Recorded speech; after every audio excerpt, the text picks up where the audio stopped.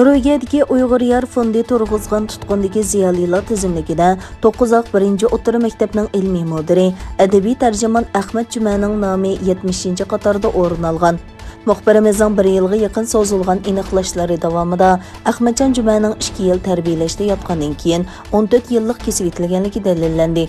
ئەخمەتجان جۈمە radiomiz Uyg'ur bölümünün muavin direktori مەمەتجان جۈمەنىڭ inisidir. Uyg'ur yar fondining tutilgan ziyolilar tizimligida 9 o'rta maktabning mudiri Ablajon Mehmet, ilmiy mudiri ئەخمەتجان جۈمە, coğrafiya o'qituvchisi Sajidagul Ayub va tantarbiya o'qituvchisi Ablekim To'xti qatorliqlarning ismlari o'rin olgan. Ma'lum bo'lishicha, ئەخمەتجان جۈمە ئەدەبىي tarjima, ma'arif tadqiqoti sohasida kasbdoshlar orasida alohida ko'zga ko'ringan ekan. Onun Men va dunyo, Men va tarix, Men va jamiyat qatorliq yurishlik o'rta maktab o'qishliqlari oldingi yili Istanbulda nashr qilingan.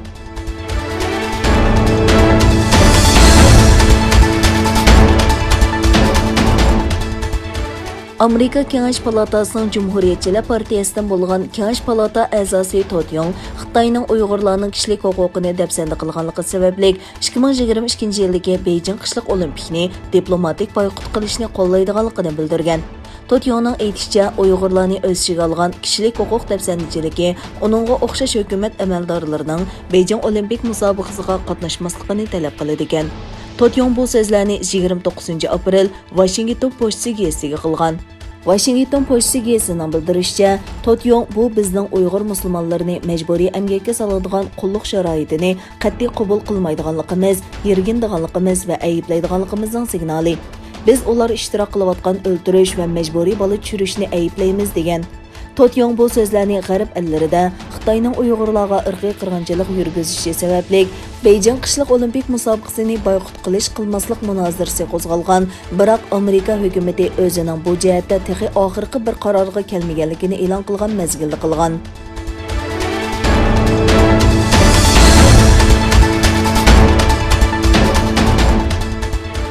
Otuz kishining o'lishini keltirib chiqargan to'qinishdan keyin Qirg'iziston bilan Tojikiston chegarasida urush to'xtatish e'lon qilindi.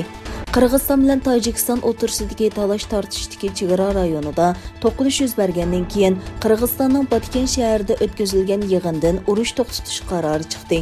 Urush to'xtatish qarori Qirg'iziston davlatlik bexatarlik davlat komitetining raisi Kamchibek Tashiyev va Tojikiston davlat bexatarlik davlat komitetining raisi Saymomin Yatimovning Qirg'izistonning Batken shahrida o'tkazilgan yig'inda chiqarildi.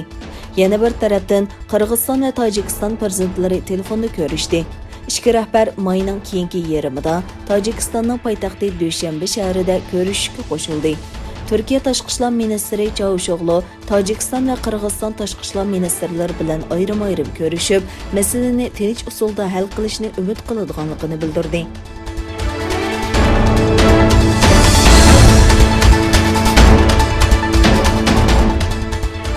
İtaliya telegraf şirketi Huawei şirketini 5 qurilishiga qatnashtirish haqidagi to'xtamni bekor qilishni planlayotganligini oshkorlagan.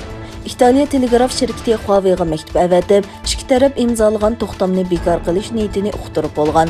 İtaliya telegraf şirketi dastlabda Huawei va Ericsson shirkati bilan to'xtam imzolashni planlagan bo'lib, keyin Nokia'ni qo'shgan.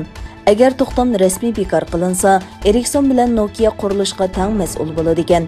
İtaliya telegraf şirketining planiga asosan Huawei'ning Italiyadagi 5 to'rining yadroliq aslahalarining qurilishiga qatnashish salohiyati amaldan qoldirilgan bo'lib, Huawei bulturlar xaridor chaqirishga taklif qilinmagan. Reuters agentligining xabar qilishicha, Italiya telegraf şirketi Huawei'ning Yevropadagi eng chong xaridorlarining biri bo'lib, bu to'xtamni qo'ldan berib qo'yish Huawei uchun og'ir zarba hisoblanadi ekan.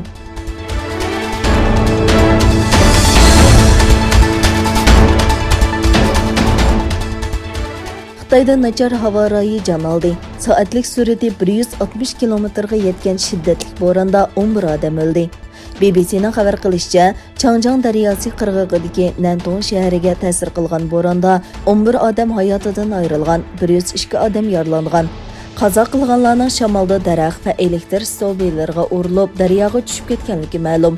Shuning bilan birga bo'ronda cho'kib ketgan bir kemidagi 11 odamdan 2si qutqizib olingan bo'lib, qolgan 9 kishi g'oyib bo'lgan. Hukumat shaharning ko'p qismini tok bilan ta'minlay olmagan. ئىگىلىنىشىچە شاڭخەينىڭ شىمالىغا 100 كىلومېتر keladigan نەنتوڭنىڭ نوپۇسى تەخمىنەن 8 million ekan.